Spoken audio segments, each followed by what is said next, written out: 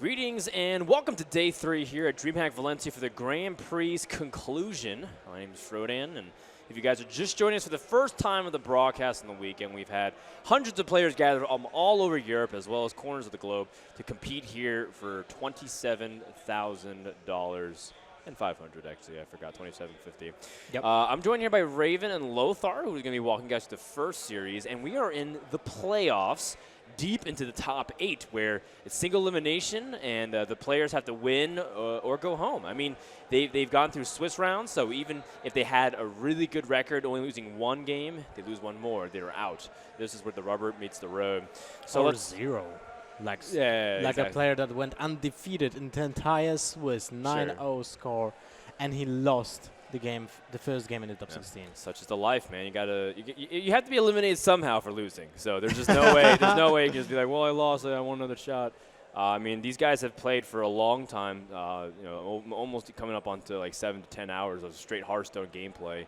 What's been the journey like for you guys watching it? What's some of the stories that are sticking out to you for today here, Raven? Yeah, I think it's been really great overall. I'm really looking forward to cast this game because I think Evangelion is looking really strong. We saw him yesterday, 3-0. Exactly the same. 3-0 with N'Zoth Paladin. He's a local as well, so that's really great. Yeah. And just looking forward to see how he performs. Like I said, see more of this N'Zoth Paladin, and maybe we get to see the rest of his lineup as well. He is actually playing for Valencia Football Club. Yeah. So that is actually quite a story, Wow, right? that's cool.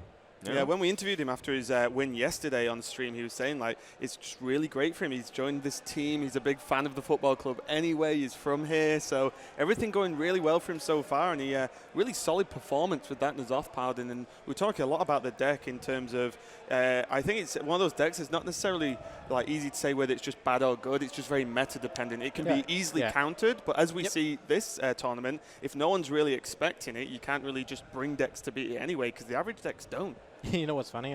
Yesterday I was reading Reddit, and there was a topic. That is funny. Sorry, good joke. Okay. Yeah, we can now, just. Sorry, though. But the thing is, I found a recent topic that said, you know what, N'Zoth is a complete failure, and I can't find a deck for him. And then I was like, literally right after 3-0 from Evangelion. Yeah, perfect timing. Not to mention he still works his way in some other really powerful decks like the Reno Warlocks and the occasional Control Warriors. That guy. Yeah, even Rogue too. And one player in the top 16 did bring the Zoth Miracle Rogue. So it's definitely worth playing. Keep trying to experiment. And even now, I don't want to give away too many secrets because I know some players are working on some lists for upcoming tournaments, but there is still small innovations happening. So in the last couple tournaments before the inevitable next content drop, I'm sure we'll see a little bit more innovation or maybe some reinvigoration.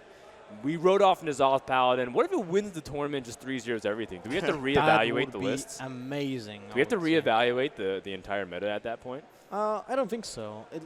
Sometimes there's like this situation, especially you can see that in years of card games in general, that there's a tournament when someone brings a deck that just crushes everyone and never wins again. Never. Yeah, and it partially does play into the surprise factor. I mean, some people just don't expect it. Zalay was here casting yesterday, and he was saying, I made my entire lineup as if Paladin doesn't exist. Like as if it's not even really a class in the game right now. I was accounting for all 7, maybe the 8th class on the occasion, but for the most part, I really don't think Paladin needs much. And we saw 2 of them here in the top 16. Yeah, I guess that Zalay ignored Paladin and Priest. I mean, Priest was, that was okay. But he actually played in the first round a Paladin, Murloc Paladin. And I was like, okay. It's a great deck. Murloc, it was like a dragon Murloc Paladin. Anyways, guys, let's go into game number 1 here, the series. Shaman versus the Paladin. Let's see if Evangelion can keep the dream alive up against Kbushi. Take it away, boys. Thank you, Broden. And it seems like a decent opener for Evangelion, although he doesn't have the coin for the Pyromancer, which is always welcome to see in the opening hand. But he has it's night and day. That Peacekeeper is an amazing card against the Flame Wrath Faceless, and this is why Kbushi didn't keep it. Yeah, it's just, it can be locked down so easily. You're expecting cards like Humility as well in the deck. Yeah. Just so many ways to really lock it down. And the card is very powerful in itself, but if it's dealt with on the turn it's played, suddenly you're overloaded, your following turn's pretty weak, you're relying on the 7/7 to get a lot of damage done. But not a surprise at all for Evangelion to bring this Paladin first in his lineup. We saw him do it yesterday. And just to touch on the points we were saying before we started the game, this is last hero standing format. So if you bring a deck that no one's prepared for and can beat the sort of the general field, then you can just sweep because you don't lose it. It's not like Paladin just gets one win and goes away. Like, you can easily sweep with the deck if no one is expecting it. And the hand is looking pretty nice for Evan here. I'm going to shorten his name to Evan because his name's quite long to say every single time. Evangelion? Yeah, it's not that bad. I had more problems with Kbushi. Oh, Kbushi? You think it's Kbushi? Yeah, that's hard Kbushi. for me. Okay. Is it? Okay. We'll work with it. We'll work on it. But here's an amazing hand, by the way. 2 Tasker Totemic. When you can coin out into a Tasker Totemic, that's pretty damn good. And that Acolyte of Pain is certainly something that for Kbushi, holy crap, it's something like a bait. Like, oh man, he plays double Pyromancer. Oh, by the way, for the viewers that maybe didn't watch yesterday, the players have perfect knowledge about the deck list from their opponents because they got them when they were arriving at the top 16. So you exactly know what is happening. So I'm not surprised by the fact that he is using the Lightning Bolt instead of trading with the Tasker Totemic, because that plays directly into a Pyromancer with whatever spell. Yeah, exactly. And just talking of Evangelion's hand here, what's really powerful is the Consecrate normally does a good amount of work versus the Shaman, as you know, all the totems are at least most 2 health, other than like Flame Tongue or Mana Tide. The standard totems are 2 health, and easy way to clear. But also just a combination of knowing he has the Pyro Equality worst case scenario, the emergency switch of that combo, and just completely clear up the board. And he even has the second Pyro to get some additional work done, like you said, of any 1 health minions knocking around, maybe combo a couple of spells to help clear up. And Kbushi... But man, look at the power of the Tasker Totemic. Not only the card is insanely powerful itself, right? It has the synergy with the Think from Below. Play 2 Tasker Totemic, develop 4 cards on the board, have a 3-mana 5/5 taunt.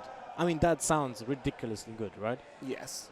I'm going to completely agree with you on that one. But please. Yeah, I was just going to say, looking at the turn, it looks like Argent Horse Rider could be a nice play to clear up the 2/2. And what this does is allow the hero power. Oh, he's just going for this play. Okay. I didn't know if he was going to just do this play, but with the Horse Rider, kill the 2/2, and then go into an even cheaper thing next turn in case of another AoE. But he has just seen a Consecrate, so this is relatively safe. I would say that having a 2-mana 5/5 on turn, well, basically 5, is still amazing because it It wasn't a bad play. Don't get me wrong. No. I'm just saying that sometimes it's way better to play a Thing from Below for 3 mana, an example, than just wait for 0 mana, because the impact is way bigger on a turn like turn 4 with a 5/5 with taunt and something else on the board than just turn 8 and you played a 2 minions and a Thing from Below. It's just like kind of overextending. Yeah. When here it's just getting really ahead of the curve.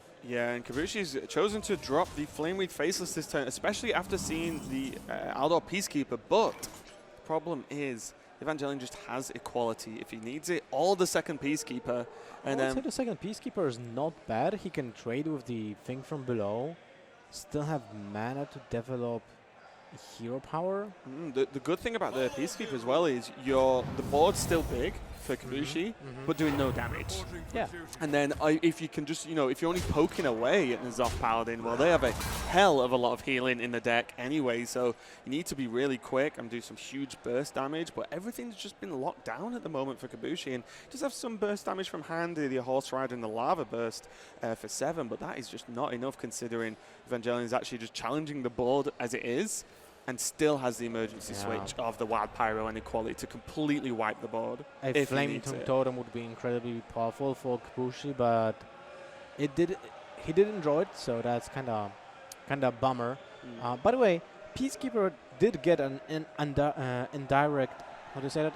Indirect. Yeah, indirect. Indirect buff, and in this metagame, because people are not playing silences anymore. Yeah. So Peacekeeper is actually now way more powerful than it was before because we don't see Keeper of the Groves, an example. There was many a time where a Mountain Giant or Molten Giant was Peacekeeper, then you're just like, Owl. Yeah, Owl 8 to for face. 2 mana, 8 to Yeah. face. Well, that's kind of sad, right? Yeah. Nowadays, no one uses Owl anymore because it's overcosted, right? Yep. And the Spellbreaker doesn't fit most of the decks because you have other 4 mana spells that you need to use instead, right? Yeah. And look at this board, still not that much power at all. So Evangelion isn't really pushed to clear, whatsoever, because as we said, the 2 Peacekeepers are getting work done by themselves. And look at the rest of the curve. There can be Sylvanas this turn. He can just drop Tyrion, as he won't be expecting Hex or anything to really lock it out. Then he can go into Sylvanas next turn or clear if required. And then he has N'Zoth to bring it all back again. So he can do pretty much whatever he wants on this board. He hasn't drawn his healing yet, which is important. You probably want like the Forbidden Healing, at least one of them, to just guarantee a big heal turn. So that's the only thing I'd say Evangelion's really missing from this pretty powerful hand. But other than that, it's looking great. I would say that the turn that he just made was an amazing turn. I don't think many of the players would actually do that because of the fact that they didn't see the Phantom Totem before, right? So the big board wasn't really a problem. He could have still managed to outvalue the trains for a long time or just drop Tyrion. But I really like this. This is a huge temple play. He can now develop a Tyrion on an empty board. So the only way of dealing with that Divine Shield now is a spell. Otherwise, it just kills a minion. And you definitely don't want to put a spell, as most of them are, Lightning Bolt, Lava Burst to just proc the shield. That feels pretty bad overall. And what's good as well is if the Flametongue Totem did come out, then although the minions are low attack, you can just chain the buffs and just trade. Yeah, so exactly. Makes the huge board way more valuable, as you said. So the clear did work out really well going forward. And Evangelion now just cementing this board. Just consecrate because why not? Get the Sylvanas on the board. Worst case scenario, some magical cards come out from Kbushi that clear the whole board. N'Zoth. What do you do? Game. And he's basically setting up checkmate here. Yeah. He already has 11 damage on board. If Tyrion for some reason dies, then he has still 10 because the weapon is being spawned then, and you can just smash faces. Yeah, and as you said with Tyrion's Divine Shield, like what cards are there even in the deck that deal with this with an empty board? There just isn't really. Yeah. This looks grim for Kbushi, and Shaman is going down. I mean, he would need a Earth Shock, Elemental Destruction, and Lava Shock to unlock the crystals for the upcoming turn, or a Sentinel, but he's not even playing that. I mean, the cards he could realistically have had were Horse Rider, Hero Power into Spell Power, Lava Burst to clear. Yeah. But that pretty much those exact cards and the Hero Power coming out is the only way that was going to be reasonably cleared that turn, and it's just Hero Power pass. Not the situation you want to be in when your opponent can just Ragnaros this turn. Ragnaros kill the 0-2 with Sylvanas, Hero Power, and everything's looking pretty nice. Like I said, there's still the lack of heal is like the worry in the back of your mind. But he's at 20. But he's at 20, yeah, exactly. So if he was at 10 or even 12, you're like, okay, this could get a little bit risky. That is a potential way he could lose. But at 20, there's just and Divine Shield still on Tyrion. So this is just an extremely solid opening from Evangelion. And now we see Lava Burst just to stop Sylvanas. I mean, that's an escape concede because he kind of played the Lava Burst before. Yeah. Oh my god, not the Trog. Yeah, had to do it to not get stolen. So the Feral Spirits do come down just to try and stutter the board, but there we go. Doesn't matter because the Divine Shield still not being procced means that the Tyrion will survive this AoE and just smack him in the face for 6, and that is going to be a pretty straightforward first game as N'Zoth Paladin takes yet another victory in this tournament. So it's actually 4-0 in the top 16 so far. Let's see if Evangelion can make it actually a 6-0, because now he's facing a Warlock and a Warrior. Yeah. And both of those decks are not really that great against Meta Paladin. Maybe if that warrior is a Dragon Warrior with, let's say, Well, he needs just a lot of charge minions. Yeah, the way to beat N'Zoth a lot of the time with anything but another control deck where it starts to get more complicated, you just go for it all in and hope it's enough. Hope they don't draw the heal, or hope they can't deal with your board with like the Pyro Equality or Consecrate, and you just kind of have to just put everything there, go as aggressive as possible, and just cross fingers. Because if they draw well, it's definitely one of the hardest decks to try and deal with as a more mid-range or aggressive decks, because that's where I think N'Zoth Paladin that excels a lot of the time. Yeah, that's correct. Now he's facing a Zoo deck, and let's talk about this. Doomsayer is one of the MVP cards in this entire deck. When you have a Doomsayer in your opening hand, your win ratio is just skyrocketing when you compare to the games when you don't have it at all. Because it guarantees that you have, look at that, this is a Time Walk. Although it's not very efficient because it's only a Time Walk for 2 mana worth, but it's still an amazing way of developing the board. Now the Zoo needs to tap, loses a card, loses tempo, you can develop a Loot Hoarder, and you can most likely trade with a minion that will be played from your opponent, unless it's it's a free drop. Yeah, I mean, so what this does, it's like, as we were saying earlier, if it's this Paladin deck against a more aggressive deck, you can say, do you want to start on turn 3 where they've played no minions? You'd be like, yes, every single time, because your cards are normally, higher mana curve in general, and you just don't want the quick opening, because that's how you lose the game a lot of the time. But as you said, Evangelion's actually winning on board at this moment in time. The Imp Gang Boss is going to get some work done, but you suddenly start to think, do I just have to abusive this Imp Gang Boss to kill the Acolyte? Because you just can't let the Paladin continue to draw, because it's just yet another slow control deck that when you do have the answers, you're almost unstoppable. Yeah, that's correct. He's going for the Abusive Sergeant, and I would guess that he's playing the Void Walker alongside it. Just block out that, let the Loot Hoarder go into the Void Walker more than likely. You don't want to play like a Flame Imp just for it to get traded down, because Evangelion will be more than happy to throw the Loot Hoarder to get full value. But there's one of the key cards. Now, double Consecrate and Pyro with other spells that he has, Forbidden Healing and Solemn Vigil as well. So they're pretty much all the tools you want versus Zoo. Oh, that's a good card. I would actually like to develop this turn and not attack. Yeah, why not? Yeah, because then next turn you can just play Consecration, kill the small pesky minions, and damage, and just kill, and let's say a Dark Iron Dwarf that can be played on next turn, or oh, he's actually attacking into it.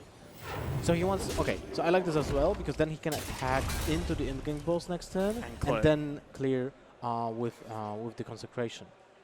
I wouldn't be surprised actually to see Doomguard played immediately now. Yeah, I was just going to say, I think you just throw it down, because the weapon doesn't line up well, because you're still not weak to Consecration, because you only put them to weapon plus conk is 6. And then they're only on turn 5, so there's not much else other than Wild Pyro Equality. If that play happens, then okay, they've used it this early and fine, and you still get the token from the Imp, forces the attack from the True Silver, so that wouldn't have been terrible. But he's choosing to just basically splurge his hand onto the board and then have Power Overwhelming, Doomguard, whatever, potentially the Forbidden Ritual for the refill, as I'm pretty sure we're going to see the AoE come out now from Evangelion. It's also a pretty neat situation. Because basically his opponent is left with a minion that has 1 HP. Just 1, right? So next turn, Pyromancer with heal is actually clearing those 2 small minions. So wow, the humanity on top. It's not even that. Sweet. This game, the natural play after a Consecrate is to just Forbidden Ritual, build up the board. But the problem is, this deck has some answers. There's just another Consecrate. Or just Pyromancer. Yeah, it just doesn't matter. This is a really powerful deck when you compare it to the I mean, when you see those matches that Evangelion is playing currently, this is just crushing victory, I would say, already. I mean, it definitely helps when you have double Consecrate in early versus and a Doomsayer. Right? Double Consecrate, Doomsayer, and as you've said, the Pyro with the spells. It just what starting cards do you want versus Zoo? Lothar, have them. That's pretty much what's happening. The second con comes down, and not too much of a visual response from Kbushi. I guess he just writes down, there's second conk gone, don't have to worry about that. But there's still Wild Pyros in the deck. By the way, look at the health status. 20 on the Paladin, 15 on the Warlock. Although he's the aggressive deck here, he is actually getting more damage. Yeah, he won't, normally you just don't care about your health, but you can only not care until it hits 0, right? And then you've got a bit of a problem because you've lost. So yeah, the aggressive taps come into play, which I do like in general. But as we can see, I mean, so many options. There's even just Sylvanas this turn if you really want. Because you've seen Forbidden Ritual, or you've seen one of them. Like, how much damage are you going to take when you have a Forbidden Healing in hand next turn? Well, you can heal for 16 next turn. 3 cards available, 4 cards available for the Zoo. Yeah. Worst case scenario, let's count, right? Double POs, Abusive Sergeant, Doomguard. And Doomguard. So that's 5, 9, 13, 15, 18, 20, 21, and +2 from the spawn, 23 damage. That's actually enough to kill him. But that's the worst case scenario, right? And it's just sitting making the choice as to whether, again, as you say, wants to play defensive or just wants to be, take that like a sort of huge step forward with Sylvanas. Normally quite a lot of value from that. He's just going to double Aldor Peacekeeper, sure, but... I mean, it decreases the potential amount of damage. I was thinking about the Forbidden Healing because of the fact that if you probably will not lose after you Forbidden Healing this turn anyway, and you have comeback mechanism afterwards, right? Because you have 2 Peacekeepers, you will clear the Direwolf with the Pyromancer, right? And the Forbidden Healing, you can always just smack Ragnar's next turn, or just double Peacekeeper and Humility on whatever he's being played, right? I think the main idea that turn was to just get the 3/3s on the board more than anything, wasn't it? To start battling with the board, because as we can see, the actual Peacekeeper effects didn't do too much. Really just reduced 2 damage overall. We do see the Doomguard come out and throws PO and Soulfire. So that is a lot of burn. A lot of burn is lost, but at the same time, the Doomguard went down and will deal 6 damage, most likely to the face, I guess. Do you just hit him for 11 this turn? I think so, you need to. Oh, hang on. You can't play the Flame Imp, right? Well, then you're at 9, and your opponent has 7 attack. But you have seen 2 Consecrations, you have seen 1 Truce of a Champion. So maybe, exactly, you do this, and but ignore the 3/3. Yeah, you definitely need that 6 damage to face. Yeah. I don't think you can afford to trade here. Yeah, there we go. Just put him down because... Oh, the second Forbidden Healing. Now I genuinely feel that Evangelion can kind of do what he wants. Well, he can Humility into Forbidden Healing, which is not bad. Kills off the Councilman with the Pyro. Yeah. He damages the Doomguard he clears the board, except just leaving the Doomguard up on one attack. Is 1, too, yeah, exactly. So yeah, you don't care. I mean, the problematic would be maybe a decent free drop with a Defender Argus after the turn, but still you have some options with the second Forbidden Healing to stall the game. Yeah, I mean the second Forbidden Healing is just going to heal you for 18 next turn. If you just want to snap it for the whole mana, why not? Like, what is the Zoo player going to do? He can't tap anymore because he's just nearly dead. Yeah, it's crazy. Well, what if you just? I guess you can. What we were talking about the 1/2 Doomguard, you just ignore it, you smack face for free. Yeah, I agree. I think you want to play Forbidden Healing this turn. Yeah, that's okay. I like this. He developed a minion on board. He's smacking face for free. Yeah, the 1 health doesn't matter. The 1 damage on the use doesn't matter at all. So yeah, this just sets up. Otherwise he wouldn't be able to play it. That's what I mean. Yeah, because it's worth playing because you have the minion. Like 1 health doesn't really matter versus Zoo a lot of the time. Soulfire is an option, but definitely not what you want to play with Doomguard in hand. Yep. So now he's not dead. Which is always fun, as to what you genuinely aim to do a lot of the time in this game. The second Doomguard is going to help push for damage, but we can see that at any moment Evangelion wants, he can just pretty much go up to full health. What do you think about smacking Ragnar's here? Your opponent did use double Peddlers, right? He discarded a Soulfire, discarded a PO, doesn't have a Doomguard anymore in his deck because there are already 2 on board. 1 in 3, right? You have 1 in 4 to win the game, 1 in 4 to kill the fresh Doomguard, which is kind of like almost winning the game, right? And it's not horrible if you are just sniping any other minion. Yeah, and if you kill any of the 2 worst minions to pick off there, then your opponent needs 7 or 8 damage, right, to finish the game. Maybe just Sylvanas better. Yeah, Sylvanas better. Would you just Sylvanas? Would you Sylvanas Loot Hoarder though? or do you feel the need to Forbidden? Because the play with Sylvanas means if you feel the need to Forbidden, then it's obviously much weaker than Forbidden next turn to go up to full health, more or less. I don't see a reason why to Forbidden Healing. I like this overall. As we talked before, there's not that many bursts left. I'm not sure if Kbushi is playing a Leroy Jenkins list, but I feel like he's not. So I guess the Forbidden. So we saw there Evangelion just sort of thinking about whether he wants to heal for 2, just to really put him out of range of anything like truly ridiculous. Because the idea would be that no matter what happens, Sylvanas will probably win this game, because if Argus comes down, then she can just steal one more than likely. You know, there's a lot of options, and then you have Rag. But I do like him overall keeping hold of it, because the potential next turn Forbidden Healing is just ridiculous. You just pretty much win the game off that turn alone. Yep. I mean, it's still pretty close, right? Oh, look at that. Look at that. 12 damage. Imagine if he'd not thrown away just the Soulfire or the Power Overwhelming. Like, that makes such a big difference, because you just need to burst this Paladin down. He had 3 cards that had insane value in this situation, right? At second Doomguard. Imagine if he would discard a Doomguard. Already game over. That's true, yeah, that is true. The PO wouldn't matter that much. Yeah, the repeat damage from Doomguard is definitely putting work. I mean, you have to kill the Sylvanas. Otherwise, you're dead, right? Yeah, I really like this, because it gives the Sylvanas the chance of stealing that Doomguard. And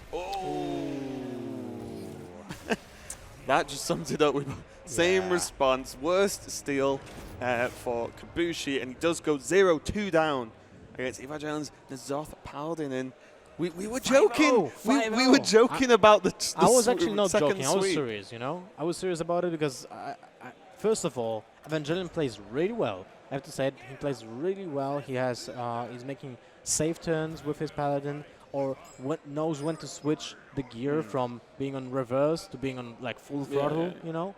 And second of all, he has really good draws. Yeah, he's been drawing extremely well. And but it's a combination of like drawing well, but then still making the correct plays. Because when you've got so many options that all seem good, you still have to just edge it out a little bit by, you know, like it's really identifying the plays that are going to win you the game. But definitely drawing well helps. There is no question in that. And we're going to be into the third game, which is, of course, going to be Evangelion's N'Zoth Paladin versus Cthulhu Warrior. And this matchup is a little bit interesting, this one, as Cthulhu can just be quite easily stolen/dealt with. There's so many cards, you know, even Aldor into Kodo, Humility Kodo, you know, Equality, of course. But I feel that Evangelion does have to force brawls out before N'Zoth is played to be able to really finish the game. Definitely correct, but he has a perfect tool to make this. It actually takes time to just hero power up enough times to force out a brawl. Yeah. But Warrior needs to do with those 1/1s. So after the time he uses both ghouls, right? Then it's kind of weird situation. What do I do with those pesky 1/1s? It was when the N'Zoth Paladin was like popular initially. Everyone started playing just to get True Heart in the deck, because it won you matchups like Priest and Control Warrior styles, because the hero power just forces brawls, and if they don't brawl, then you're continually chipping away at the health, and there's not much they can do. Yep, agree. It's still not a great matchup for the Paladin. I feel like it's not maybe the greatest matchup, but when you're the Warrior, you have to be aware that your Cthulhu, as I said before, is kind of easy to deal with. So it is like a win condition that you just drop it and kill your opponent with the Arcane Missiles that he generates. It's not the body that you want to play. It's just a huge 18 damage Arcane Missiles, or, you know, just a random Pyroblast or something like that, right? So you need to push damage with a singular minion, most likely, to also kind of push for the equalities as soon as possible. So you can just play one big threat on the board, push for some damage, play one big threat on the board, push for some damage, and push up for a response from your opponent.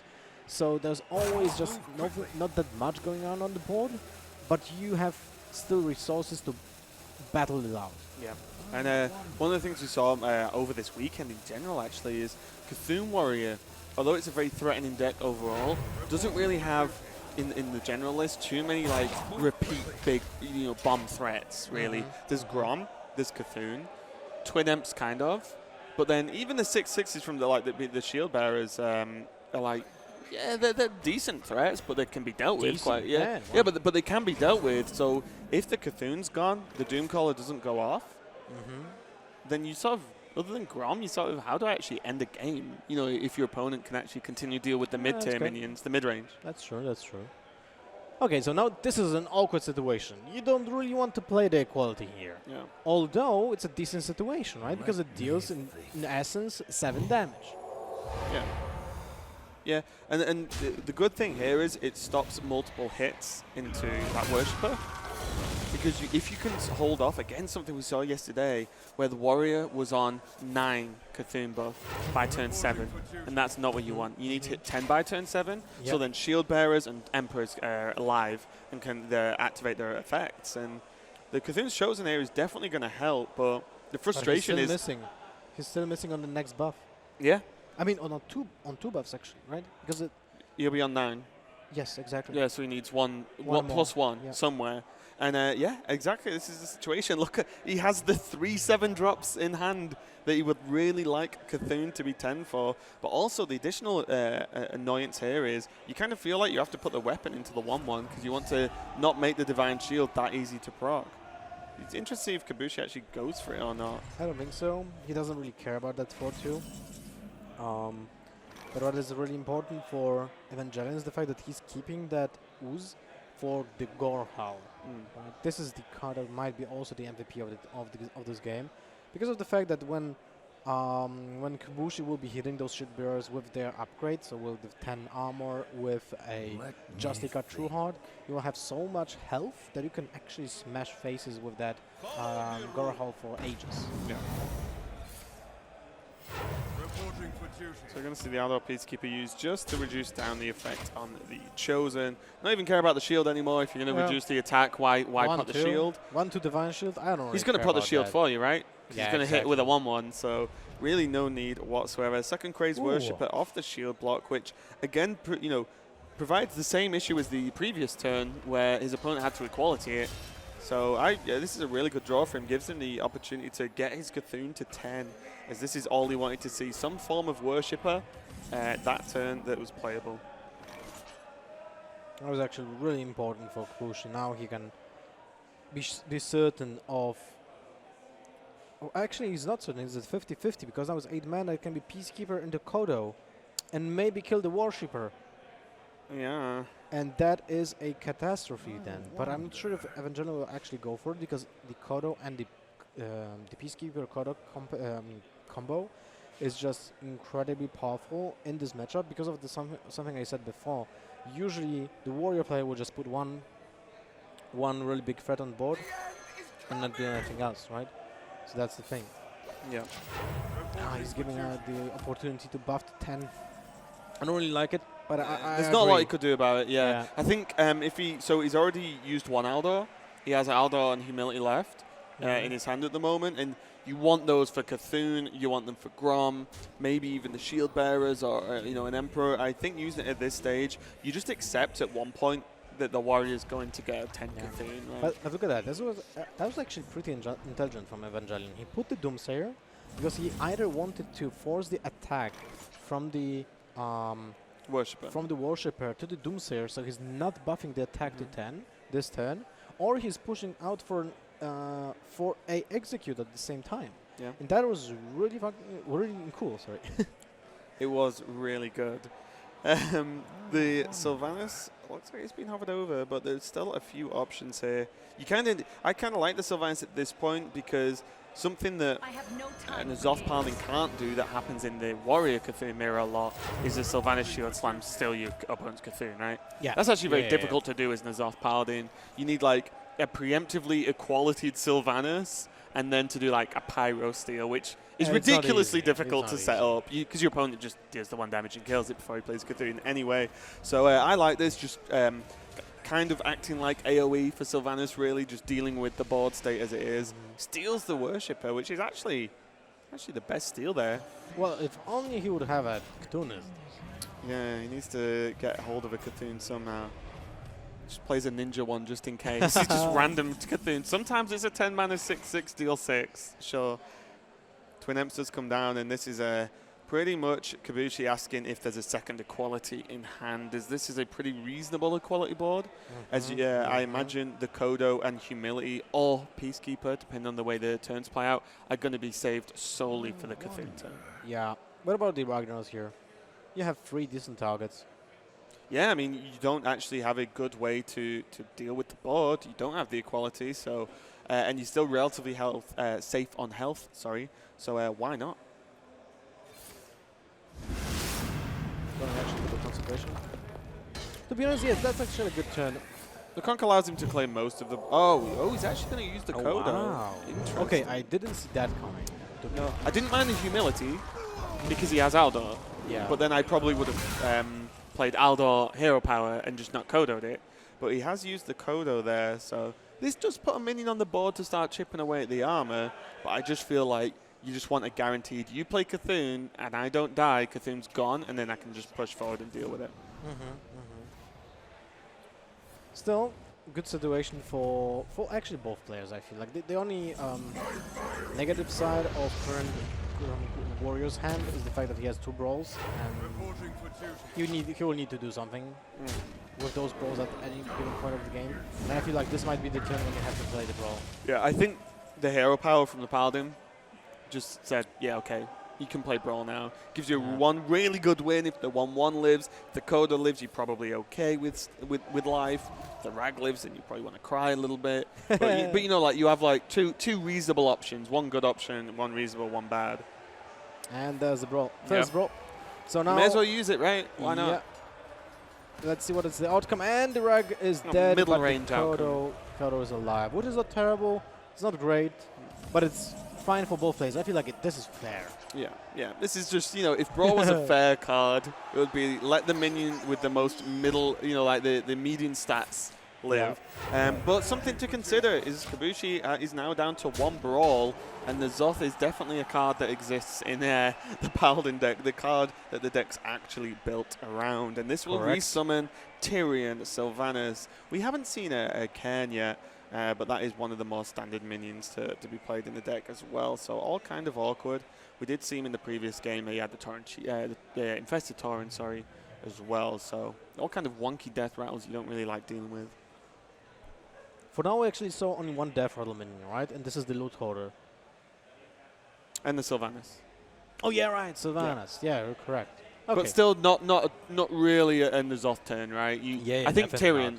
Tyrion is key. Tyrion is a must be here. I mean, without even the Zot here in hand, I would rather have the Tyrion. Yeah. Because the fact that you have a weapon. The weapon is such a cool addition to this matchup because you can just out-tempo the warrior in this situation. There's the Kern.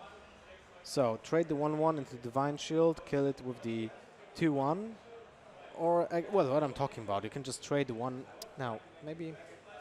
You can either clear there are the definitely board. options. Yeah, you can either clear the board with the entire setup that you have right now, because you trade the Kodo into the 6/3, but you lose the Kodo in the process as well. But you can do it the other way around, because there's still the Divine Shield, which is kind of, kind of awkward to deal with. Something that's reasonable to do is ignore the Divine Shield. Yeah, that's also... Just as much as you can't trade well into it, the 4 attack doesn't trade well into anything on the board now. So you just like, yeah, you know what? Have your free attack. It won't actually kill anything except for this 1/1, which is not the best trade. So just chip some armor and let your opponent deal with that. I really like this play. You know, it feels good to clear the board, but you're not at the expense of it. You like the Kodo, which can do, perform this role of being just awkward to deal with at that 5 health. You can see the power of the hero power. Let's say the impact of the hero power. Because it acts like an additional card each turn. It's not like the Warrior Hero Power, which just prolongs the game. But the fact that every single 1/1 is just stacking the damage each turn is really important. And here is the Cthulhu. Not the most impactful since there is a Cairn on the board. So the turn does end with Bane alive on full health. Oh my god. The second Kodo. just in time. Evangelion was like, right, well, you know, now. it doesn't really matter with that Kodo because it just killed the 113, but that 113 is just a 113. Yeah, but it could still be buffed. There aren't too many cultists left, but it can continue to be you're buffed. right, you're correct. Yeah, so the insta-kill. Well, he played two Chosen, and he played Disciples left, I think. 2 Disciples left. So it would be actually a 5-17. Yeah, which is at least you could just continue to trade. Right. Yeah, okay. And also, even if it was still a 1, it's obviously not a huge threat, but would counter your hero power, right? So you'd been able to just snipe it off. It was really, really good for Evangelion there. And again, representing a strong board that there's not too many easy ways to deal with, but you don't really want to use that second brawl. Not after seeing that Sylvanas and Ken. Obviously, as we said, there is no Tyrion played yet. But even just N'Zoth, Ken, Sylvanas with no brawls left, then that's a N'Zoth I would consider. Because then you kind of just be like, I guess I just win. Because what do you do versus this board when there are no AoE clears left? That's correct. Rallying Blade is one of the also impactful cards here in this situation because you can still develop the board and not use any of the cards that you still want to keep as a retroactive means in your hand, right? 2 Forbidden Healings. I would actually consider maybe playing 1 Forbidden Healing right now. I mean, there's nothing that kills you though, right? Yeah, because there's no card that inner kills rage, no inner rage, Fury War X, Grom shenanigans, right? Exactly. So you're out of range. Yeah, I mean, if there was a Fire War X equipped, you 100% Forbidden Heal because you definitely died to the Grom proc. But you've been at 13 with no cards available. Yeah, this is fine. Just gonna save the Forbidden Healing. Wouldn't be too surprised to see it this turn. Oh, there is the Tyrion. Yeah, you can play that. Yeah, because this is brawlable. Yeah. But the brawl gives I wouldn't even mind the attack from the Paladin. Yeah, there we go. Just peel out as much armor as possible. The brawl, at worst, gives you an Ashbringer. And then you hit N'Zoth and be like, okay, what now? And this is the overall game plan we discussed right at the start of the match. You make them brawl before N'Zoth, play N'Zoth, and then realistically, how does the warrior win? There are threats. Emperor's been played. Yep. Shield Bearer's been played. Yep. There's only Grom. Grom can't deal with a board full of legendary Death Rattle minions. Because the Sylvanas just steals it. The only way is to stealing the Tyrion right now with the Shield Slam. But he didn't go for it. Oh, I'm kind of surprised, to be honest. So I guess the idea with this is because of the Divine Shield, you expect Tyrion to live through trades. If he trades any other minions, the board gets smaller, Tyrion's still alive, then you Shield Slam. I don't believe it can get smaller because with 7 cards in hand, there will be a way to kill the Sylvanas and still have something like 3 other minions on board. Yeah. So if you want to risk it, though, will the Paladin ever want to risk the steal? I guess with you make your board 7 minions. The odds are there. Are we going to see the attack? Yeah, we are. We're going to see Tyrion into Sylvanas, and this and is the Peacekeeper is being stolen. Yep. So that's about it. That was the last out for Kbushi to steal the Tyrion to actually have a decent minion, on its own, but also negate the resurrection from N'Zoth. Yeah, right? The only problem is that was the play, right? And we completely agree, but. Then N'Zoth just summons his own Sylvanas and steals the Tyrion back. And exactly. So and then there's even a Tyrion at this state. And this is just super awkward. Bran comes out way too late. Unless there's the Doomcaller still left. You're right. Yeah, the Bran into Doomcaller is the only thing that could win this. But is it going to be too late? How do you deal with the board? If you brawl this turn. Depending on what lives, you could even set up Bran and just rely on a Doomcaller off the top. But then, there's a Cthulhu put in your deck, but your opponent just N'Zoth with Tyrion, Ken, and Sylvanas. What do you do? 40 HP on the board. Yeah, and Sylvanas. You can't play Cthulhu, because then Sylvanas will just steal it, more than likely. Yeah. So now I'm guessing Evangelion will not play the N'Zoth, as you said before the second roll, right? So he'll just use hero power and those 2 Pyromancers and a Kodo. I think Forbidden Healing this turn's fine. Heal for 16. No. He can't kill his board. I would have Forbidden Healing first. I mean, he doesn't. But he has 2 Pyromancers. Yeah. Oh, yeah. Of course. I forgot about the secondary effect from the Pyro. I forgot about the second Pyro. Full stop. So that is that's my actually bad. Also a double Pyromancer, you would say. Here's the board actually. Now that's he can Forbidden Heal. But now he just plays. Well, he kills Bran. Yeah, kills Bran, Forbidden Healings. I mean, first play probably hero power, loot hoarder. Yeah. Oh. I don't even mind. I was gonna say I don't even mind consecrate because the loot hoarder or the hero power then challenge the ghoul. Okay. Because he's used both the qualities, right? Yes. So the consecrate probably not going to get a better needs- value. He needs to heal this thing, right? Yeah. Because otherwise, Yeah. he Otherwise, could've been dead. you're dead to Grom. Or Grom procced, of course. Oh, Oh, look and at that. Speaking of Grom procs, that is a revenge. So what do? Do you play the Grom and you just count that your opponent doesn't have an answer to it? Which coincidentally, there's no answer to it. Yeah, that's a pretty good answer called Nazoth. Well, but then you force it out before But the brawl, no, right? but yeah, I actually completely agree. I think you just Grom. You cannot hero power pass this turn. I think you just attack in, get you 3 from the ghoul, Grom. You want to play revenge, right? Yes. Yeah, just Grom him for 10. With the ghoul, you set up lethal if he doesn't have heal. You've just seen him use forbidden healing. So this is, as likely as it's ever going to be. He doesn't have the second one. And he used double pyromancy. Wow, no! Oh, I don't know about that. I don't like this. Go Nazoth. I think you hit with the weapon, right? Yeah. Actually, what is interesting is that even if that brawl we played, It works out really well. if you don't have the Grom survive the brawl, how do you win? I mean, no, you can't. No, because then Savannah it's steals. yeah, what I'm Yeah, talking about. the Never mind, brawl yeah. is always going to be a positive for Evangelion in this extent because he has Cairn, Tyrion, Sylvanas. There's the brawl. So if the Grom is stolen, at least he can revenge. Oh, he can't revenge because he's not procced enough. What stayed up? Sylvanas, okay. Savannah survived. Well, that's kind of awkward. Yeah, but it means a Doomcaller into Cthulhu play kind of looks a little more rough. Yeah. Because the This is why I'm Sylvanas is saying just sat there like, bring it's it. kind of Like, awkward. yeah.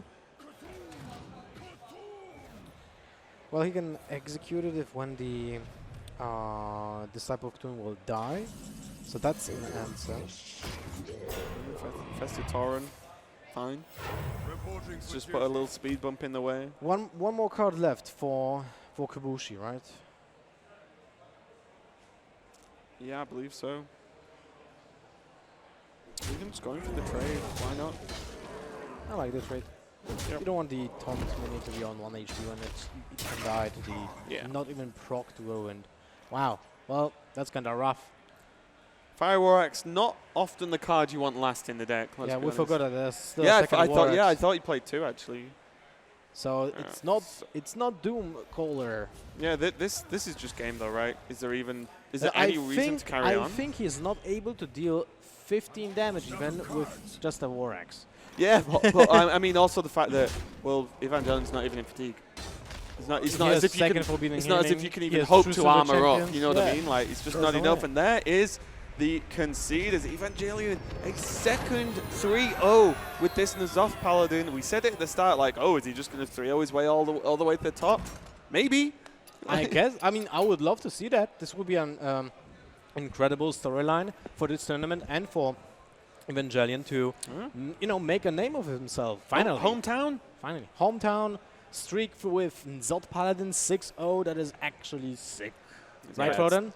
Well, it's ridiculous. This guy's a genius, I think. Like, It's actually just he's banning. nuts. First of all, he's banning Druid, and he's tackling the meta head on. He says, Warrior, Shaman, Warlock. Yeah, I'll play all 3 with Paladin, and he's winning with all of them. with this all of class them. that people don't think exists. With an archetype that people have largely forgotten. They just feel like it's just not that great. And if you think about the context of how mid-range hunter is not really nearly as popular. Rogue is also kind of like falling off, and even to a certain extent, Freeze Mage, which I consider Freeze Mage versus Nazoth Paladin really good for Freeze. It's like really difficult for like you to actually deal with Nazoth Paladin with its normals counters because you're not bringing it because you don't consider it in the metagame. It's really interesting. And how many players have we spoken to over this weekend that have just said, oh yeah, the best lineup is to just bring the like 4 best meta decks and just go for it. So really punishing. And Evangelion has joined us again. How are you doing it, man? How One you thing, Nazoth Paladin in 2016, lul.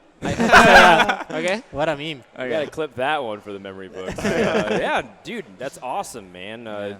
your strategy of bring Paladins continue to work out? I mean, given the fact that your opponent also looked a little bit nervous, what were some of the factors going into your mindset before the match started? I heard that he's a really good druid player, and I thought that if I ban druid, he will start either summon or warrior, which both are good for me if I start with paladin. And Thu, I heard that he's not really good with Thu. It's more, and well, that's You bring it because it's Zoo. Well, right, exactly. Yeah, but well, it seems like Nzot Paladin is a good answer to Zoo as well, right? You crashed yesterday the Zoo, you crashed today the Zoo. I think that if you have, let's say, 30% of chance of winning against Zoo, if you draw, well, let's say something, or whatever. If you have, you can say it, just be even bold, 90%. Well, if you have 100%. Doomsayer in turn 2, you have like. No, I don't know, 70, whatever. It's I really like that you pointed out on turn 1, you know? What? I really like the fact that you played the Doomsayer on turn 1 with the coin. That's something that people usually don't do. But the fact that you skip a turn for your opponent is super important. Yeah, loot harder. If you have, of course, a follow-up. Then Acolyte. And in that game when you went Doomsayer for the, like again you said it increases your win percentage ridiculously. And then you had both consecrates to chain, like consecrate first to clear the board, eat forbidden rituals, consecrate again. It's like one thing in the warrior game, in the last game, he had a warrior in hand, I think, because he was playing like he wanted to kill me. I checked it. But he didn't have something to activate it, maybe? Yeah. He had a revenge. Okay. I thought. But he drew it quite late. He had Grom in his hand for a long time, and then he drew into the revenge on the turn he actually played it, I think, right? The revenge came in onto the turn he actually played Grom. We were sure that he will use the revenge and just smack your face for 10 to set up a lethal for the next turn, because that was kind of like the most aggressive play that was setting up a win scenario, right? But then he went defensive. Yeah, he traded with the 1/1 to proc Grom instead of using the revenge. I thought about healing that turn, but I thought, well, whatever. Yeah. Well, very well played, by the way. Yeah, thank you. Yeah, so job well done here. What do you think about your side of the bracket? What are your chances? Because now you're representing not just the Paladin players and also the underdogs, but also Spain is here cheering for you as well. I think the next match is Crane against Stancifka, right? Yeah, Stancifka. I don't know. I played against Stancifka in the Swiss, and I won 3-1, so I don't know. Maybe Crane, because I don't want... You don't want to play Sifka again? No. Yeah, well, I mean, you beat him last time, but he did say that he beat your Paladin, too. Yes. Okay. Because of the roll? No, I won roll. Oh, okay. He started, I don't know, I don't remember. But he won 1-0, and then I won 3 in a row with Reno Warlock. Oh, okay. Wow, man, your lineup is so cool, dude. I can't wait to see your semifinal match. Congratulations. Thank you. And hopefully we see you back here in the winner's circle in the semifinals. But for now, we're going to go to a break. When we come back, we have the second quarterfinal between Complexity's Crane up against Stancifka. And we also will have a special guest caster, Super JJ. Crane's teammate will be stopping by for a cast, too. So stick around. We'll be back in just a couple